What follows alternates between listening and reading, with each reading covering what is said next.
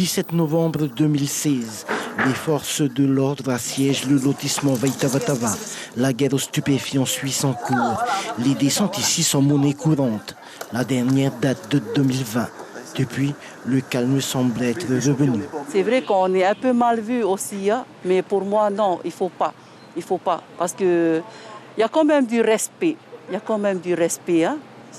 Par rapport aux jeunes qui sont à l'entrée, il y a quand même du respect. On arrive à discuter un peu. C'est vrai que ce n'est pas facile, mais il faut quand même discuter avec eux. Voilà, c'est avec le dialogue que ça va mieux. Voilà. On combat les stupéfiants de deux façons. Par la prévention, il faut toujours travailler sur la prévention et éviter que les personnes s'engagent dans des conduites d'addiction, parce qu'elles auront beaucoup de mal à s'en sortir. Et nous avons un travail qui est beaucoup plus répressif. Il a été présenté il y a quelques jours par le haut-commissaire et les autorités de la justice. Ce travail de répression, il existe. Il y a des saisies régulières qui sont faites et nous avons des condamnations qui suivent, bien entendu. Liana connaît ses maisons et ses ruelles par cœur. Avec son mari, elle a repris les rênes de l'association Vaitavatava Matairea. 500 âmes vivent ici, 80% d'entre eux ont moins de 30 ans. L'adaptation au confinement a été difficile à vivre pour tout le monde. C'était une bonne chose, hein. On avait moins de...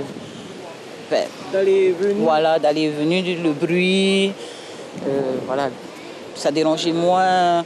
Comme j'habite au bord de la route, moi, le confinement, j'aimais bien. C'était difficile par rapport au confinement, mais il y a eu ce rassemblement. Je parle des parents avec leurs enfants. Voilà, il y a eu vraiment ce contact-là avec les enfants pendant toute une journée. Et c'est là que j'ai vu qu'il y a quand même une évolution, une amélioration dans chaque famille, quoi.